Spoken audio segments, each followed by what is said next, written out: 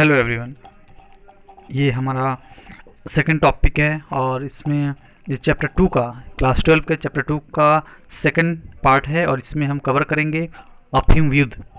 तो जो अफीम युद्ध है या ओपियम वॉर जिसको कहते हैं, अफीम युद्ध, ये हुआ था ब्रिटेन और चीन के बीच में। ठीक है, तो जो अफीम युद्ध है, अफीम युद्ध ये होता है ब्रिटेन यानी अंग्रेज़ों के बीच में, अंग्रेज और चीन के बीच में। ठीक है, तो चलिए इसके पीछे का जो बैकग्राउंड है वो पहले देख लेते हैं। जो अंग्रेज हैं वो तो पहले भारत आए थे और जिस तरह से भारत आए वो उसी तरह से चाइना में भी गए। तो अंग्रेज लोग जो हैं वो चाइना को काफ़ी पसंद करते थे, क्योंकि जो चाइना है वो काफ़ी बड़ा कंट्री है और वो एक बड़ा बाज़ार वहाँ पे मिल सकता है। आबादी ज़्यादा है, क्षेत्रफल ज़्यादा है, तो इसीलिए एक बाज़ार के रूप में चाइना सबसे बेस्ट था। और सिर्फ इतना ही नहीं, प्राकृतिक संसाधनों में भी चाइना उतना ही उपलब्ध था। वहाँ सारी चीज़ें, सारे संसाधन प्रचुर मात्रा में वहाँ मिल जाते थे। इसीलिए वो शुरू से ही अंग्रेज़ों का एक काफ़ी आकर्षक केंद्र बना हुआ था। ठीक है, तो चलिए देखते हैं। यहाँ है कि इसका जो जो रिलेशन है उसके बारे में पहले देखना होगा। Entry of western country in China, यानी कि पश्चिमी देशों का चीन में प्रवेश। तो क्या क्या उसके रिलेशंस रहा उसके बारे में देखते हैं। तो जैसा कि मैंने बोला, चाइना क्षेत्रफल, जनसंख्या, प्राकृतिक संसाधनों से काफ़ी ही संपन्न और काफ़ी महान देश था। और जिस तरह से अंग्रेज भारत में आए उस तरह से चाइना में भी गए और चाइना को वो लोग गोल्डन बर्ड ही बोलते थे, हालांकि इंडिया को भी बोलते थे, चूँकि इंडिया के जैसे चाइना भी काफ़ी संपन्न देश था, है ना। तो सबसे पहले तो यूरोपियन कंट्रीज़ जो है, अच्छा मैं बार बार जो यूरोपियन कंट्री बोल रहा हूँ, कभी चाइना बोल रहा हूँ, इसमें बहुत से स्टूडेंट कन्फ्यूज़ हो सकते हैं। तो जो यूरोपियन कंट्रीज़ है, ठीक है, तो यूरोपियन कंट्री में आ जाता है चाइना, सॉरी, यूरोपियन कंट्री में आ जाता है इंग्लैंड, या जिसको अंग्रेज बोलते हैं, इंग्लैंड, पुर्तगाल, स्पेन। ठीक है, सब इसी में आ जाता है। और जब भी मैं बोलूँ यूरोपियन कंट्री या कभी मैं बोलूँ ब्रिटेन, तो यूरोपियन कंट्री यानी मैं ब्रिटेन का बात कर रहा हूँ। अगर मैं यूरोपियन कंट्री बोलता हूँ यानी मैं पुर्तगाल का ही बात कर रहा हूँ। अगर स्पेसिफाई करके बोलता हूँ पुर्तगाल या ब्रिटेन तो अलग चीज़ है। लेकिन अगर सिर्फ मैं यूरोपियन कंट्री बोल दूँ तो मान लो किसी भी देश के बारे में बोल रहा हूँ। ठीक है, तो सबसे पहले ये जो यूरोपियन कंट्रीज़ थे उनका काफ़ी एक आकर्षण का केंद्र था चीन, जो कि पहले बताया जा चुका है। और 16वीं शताब्दी में, जैसा कि जानते हैं हम लोग, भारत में जो सबसे पहले जो यूरोपियन है वो है पुर्तगाल। पुर्तगाल लोग सबसे पहले आए थे। तो 16वीं सदी में सबसे पहले यहाँ पे पुर्तगाली लोग आते हैं। और पुर्तगाली लोग आते हैं, लेकिन यहाँ पे वो लोग एक्चुअली वो यहाँ से ये कोठी बनाने का परमिशन लेते हैं। कोठी मतलब एक बिल्डिंग मान लो, जहाँ से व्यापारिक केंद्र उसको बनाया जा सके, व्यापार वहाँ से कंट्रोल किया जा सके। तो चाइनीज़ गवर्नमेंट जो थी, मिंग वंश का वहाँ पे सम्राट था, चाइनीज़ गवर्नमेंट यह परमिशन नहीं देती है इन लोगों को, यहाँ पे व्यवहार करने की परमिशन नहीं देती है। फिर भी वो लोग कैंटन बंदरगाह, कैंटन नाम का एक बंदरगाह, अच्छा ये बहुत बार क्वेश्चन में भी पूछा जा चुका है कि कैंटन बंदरगाह कहाँ है, तो कैंटन बंदरगाह चीन में है। तो यहाँ पुर्तगालियों को परमिशन नहीं मिलता है, लेकिन फिर भी वो कैंटन बंदरगाह के पास वो अपना व्यापार सेटअप करते हैं। ठीक है, उसके बाद 1673 में वो थोड़ा आगे बढ़ते हैं और 17वीं सदी के अंत में वो रूस की सीमा तक बढ़ जाते हैं। ठीक, धीरे धीरे यूरोपियन देखकर, पुर्तगालियों को देखकर धीरे धीरे डच आए, अंग्रेज आए और इस तरह से यूरोपियन कंट्रीज़ का आना बढ़ता रहा। ठीक। और चीनी जो सरकार थी वो कैंटन बंदरगाह में रहने की अनुमति उसने नहीं दिया था। ठीक है। और शुरू शुरू में ये लोग तो चाय, रेशम इत्यादि के व्यापार करते थे। अच्छा, व्यापार करते थे इसका मतलब वो लोग सिर्फ यह चीज़ खरीदते थे, यहाँ पे कुछ बेचते नहीं थे। मैं फिर से एक बार रिपीट करता हूँ, वो लोग ये सारा सामान यहाँ से खरीद कर अपने देश ले जाते थे, ब्रिटेन या यूँ कह लो यूरोप में ले जाते थे और वहाँ बहुत महंगे दामों में बेचते थे।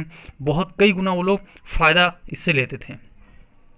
लेकिन इनकी महत्वाकांक्षाएँ धीरे धीरे बढ़ती गई और ये लोग सोचने लगे कि व्यापार थोड़ा और बढ़ता तो अच्छा रहता, और इन्होंने यहाँ कुछ बेचने का भी फैसला किया। इन्होंने कुछ बेचने का भी यहाँ मन बनाया ताकि अधिक से अधिक प्रॉफिट कमाया जा सके यहाँ से। ठीक है। तो इसी के तहत ये लोग यहाँ एक कुछ ऐसे व्यापार करना चाहते थे जो हमेशा चलता रहे और जो काफ़ी मात्रा में यहाँ बिके। इसीलिए उन्होंने यहाँ पे अफ़ीम बेचना शुरू किया। ठीक है। अफ़ीम एक ऐसा चीज़ है जो एक बार किसी को इसकी आदत लग जाए तो वो हमेशा इसे खाना चाहेगा। ठीक। तो ये लोग लाते हैं अफ़ीम। अच्छा, अफ़ीम कहाँ से आएगा? तो उस समय भारत पे इनका कब्जा था और भारत से ये अफ़ीम का उत्पादन करते थे और पास में ही यानी चाइना में ले जाकर इसे बेचते थे और प्रचुर मात्रा में प्रॉफिट कमाते थे। ठीक। तो ये लोग अफ़ीम का यहाँ व्यापार करना शुरू किए। धीरे धीरे देखते देखते 1800 ईस्वी में लगभग इतना ज़्यादा यहाँ अफ़ीम का जो है वो व्यापार वो बढ़ गया कि यहाँ जो यंग जनरेशन था वो अफ़ीम का आदी हो गया और धीरे धीरे यंग जनरेशन बर्बाद होने लगा। और जैसा कि हम जानते हैं किसी देश का अगर यंग जनरेशन ख़राब हो जाए तो वो देश ख़राब हो जाता है, वहाँ की अर्थव्यवस्था ख़राब हो जाती है। और इस तरह से चाइना का जो इकोनॉमी है, इकोनॉमिक डिक्लाइन होता गया। इकोनॉमिक यहाँ की जो अर्थव्यवस्था है धीरे धीरे नष्ट होती गई और तब नज़र पड़ा सरकार का इस बात की ओर। जब सरकार ने इसकी ओर देखा तो सरकार को समझ में आया कि आखिर कमी कहाँ है, आखिर क्यों ऐसा हो रहा है। तो सरकार ने यहाँ प्रतिबंध लगा दिया कि यहाँ अब व्यापार नहीं होगा अफ़ीम का। ठीक। तो जब व्यापार अफ़ीम का नहीं होगा तो बहुत घाटे होंगे ब्रिटेन के, और यह इन लोगों को बात पसंद नहीं आया। और तब ये अब क्या किया, ये लोग चोरी छिपे अफ़ीम का व्यापार करना शुरू करते हैं। पहले तो लीगल ही होता था लेकिन अब इलीगल हो रहा है। पहले कोई रोक टोक नहीं था लेकिन अब प्रतिबंध लगा दिया गया है और चोरी छिपे ये लोग ब्रिटिश लोग यहाँ व्यापार करते थे। और जब ये बात पता चला चाइनीज़ गवर्नमेंट को तब दोनों में लड़ाई होता है।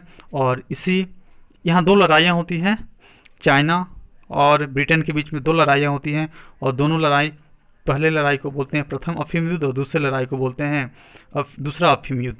तो इसमें हम कवर करेंगे प्रथम अफ़ीम युद्ध का। तो ये है प्रथम अफ़ीम युद्ध और इसका जो बैकग्राउंड है पहले देखते हैं।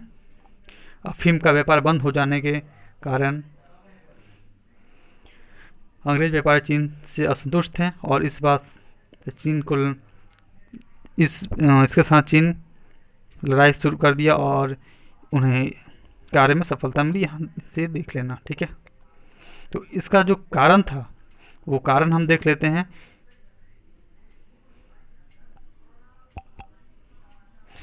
इसका जो सबसे पहला कारण है वो है राजनीतिक प्रभुत्व की आकांक्षा। अंग्रेज भारत की तरह चीन में भी अपना राजनीतिक प्रभुत्व स्थापित करना चाहते थे और इसके लिए वो लोग यहाँ इकोनॉमिक कंडीशन को यहाँ नष्ट कर देना चाहते थे, आर्थिक रूप से इसे बर्बाद करना चाहते थे और इसी के तहत लड़ाई होती है, फर्स्ट लड़ाई। ठीक है। दूसरा जो है व्यापार का विस्तार की लालसा। जैसा कि मैं पहले बता चुका हूँ, चीन अंग्रेज़ों का जो व्यापार है पहले भारत में था और धीरे धीरे व्यापार की लालसा बढ़ती गई और वो भारत से बाहर निकलने लगा और जा पहुंचा चीन तक, और चीन में गए तो ये लड़ाई का नौबत आया। ठीक, अच्छा ये यहाँ से देख लेना। ठीक है, तीसरा जो रीज़न है वो है प्रतिनिधित्व रखने की मांग। एक्चुअली जो कैंटन बंदरगाह है, तो अंग्रेजी ईस्ट इंडिया कंपनी चाहती थी कि कैंटन में अपना एक प्रतिनिधित्व रखे, लेकिन जो चीनी सरकार है वो इसे बार बार मना कर रही थी, इसलिए ये युद्ध या ये लड़ाई हुई। ठीक, नेक्स्ट जो टॉपिक है वो है चीनी कानून से मुक्ति। अच्छा ये जो कहानी है मैं एक बार बता दूं, उसके बाद यहाँ पढ़ भी लेना। तो जब अंग्रेज कैंटन में रहते थे तो वहाँ पर एक अंग्रेज अधिकारी किसी चाइनीज़ को मार देता है, और उसी के तहत उस पर कार्रवाई होती है और उसको डायरेक्ट ले जाकर फांसी दे दी जाती है। और इस तरह और भी बाद में केसेस हुए और सबको सज़ा हो जाती है लगातार। इससे जो अंग्रेज हैं उनको काफ़ी ये बुरा लगा और एक अपमानजनक बात लगी उनको, और इस वजह से ये इस लड़ाई का एक कारण बना। नेक्स्ट जो रीज़न है वो है तत्कालीन कारण। ठीक है, तो तत्कालीन कारण तो अफीम का कारण ही है। जैसा कि हम देख सकते हैं युद्ध का तत्कालीन कारण अफीम व्यापार की समस्या थी। चीन सरकार ने कैंटन में एक विशेष पदाधिकारी की नियुक्ति की। व्यापारियों के साथ बहुत कड़ा व्यवहार किया जाता था और उन्हें विवश कर दिया जाता था कि सारी पिटारियों को सरकार के सुदृढ़ किया जा सके जिस पर अफीम भरी हुई थी। तो जो अफीम को लेकर जो समस्या उत्पन्न हुई थी, जैसा कि हमने देखा था कि चीनी सरकार नहीं चाहती थी कि यहाँ पे अफीम का व्यापार हो, और अंग्रेज ज़बरदस्ती यहाँ अफीम का व्यापार करते थे, और यही कालांतर में जाकर चीन और ब्रिटिश के मध्य युद्ध का कारण बनी। नेक्स्ट रीजन देखते हैं, युद्ध का प्रारंभ और अंत। युद्ध का प्रारंभ कब हुआ और इसका अंत कैसे होता है। तो प्रारंभ तो हम जानते ही हैं कि कैसे हुआ, और अंत होता है इसका, तो एक्चुअली अंत में नौसेना जो है, जब लड़ाई होता है तो जो ब्रिटिश है वो नौसेना से यानी नेवी से यहाँ आक्रमण करती है। और एक बात याद रखना, जो वर्ल्ड में सबसे स्ट्रॉन्ग नेवी है, वर्ल्ड में जो सबसे स्ट्रॉन्ग नेवी है वो है इंग्लैंड की, यानी ब्रिटिश की।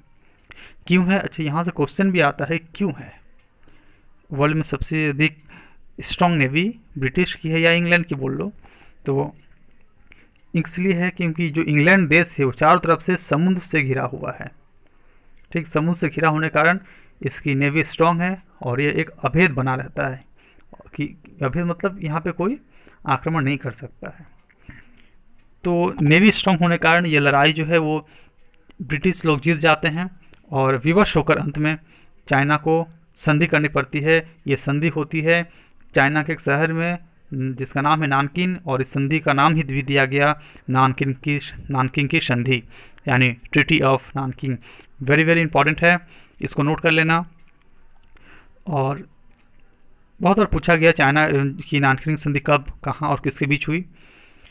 तो प्रथम विश्व युद्ध के अंत में नानकिन की संधि होती है, और इसके तहत कुछ बातें रखी जाती हैं, उन्हें देख लेते हैं हम। तो इसमें कुछ शर्तें रखी गई थी नानकिन की संधि में। वो शर्तें थीं कि अंग्रेज व्यापारियों को कैंटन, अमाय, पूचो, शंघाई में बसने की अनुमति मिल जाएगी। ठीक, और हांगकांग द्वीप पर अब ब्रिटिश का अधिकार हो जाएगा। ब्रिटेन के व्यापारियों के और चीन की सरकार द्वारा सीमा प्रदान की जाएगी। ठीक, और चीन के आयात निर्यात मालों पर कर निश्चित कर दिया था ताकि अब संबंध में किसी प्रकार का वाद विवाद ना हो। ये सबसे इम्पोर्टेंट है। और जो नेक्स्ट है, चीनी व्यापारी संघ को तोड़ दिया गया और अंग्रेजी व्यापारी को चीन में स्वच्छंद व्यापार करने का अधिकार मिल गया, यानी कि बिना रोक टोक के अंग्रेज व्यापारी चीन में व्यापार कर पाएंगे। और ब्रिटेन को चीन की तरफ से 9 करोड़ रुपये मिले थे हर जाने के तौर पे। सारा जो लड़ाई का या युद्ध का जो दोष है वो चीन पर लगा दिया गया था, और 9 करोड़ रुपये इनको मिल गए थे। ठीक, आई थिंक ये टॉपिक समझ में आया होगा। और इसके बाद में हम इसका नेक्स्ट टॉपिक कवर करेंगे।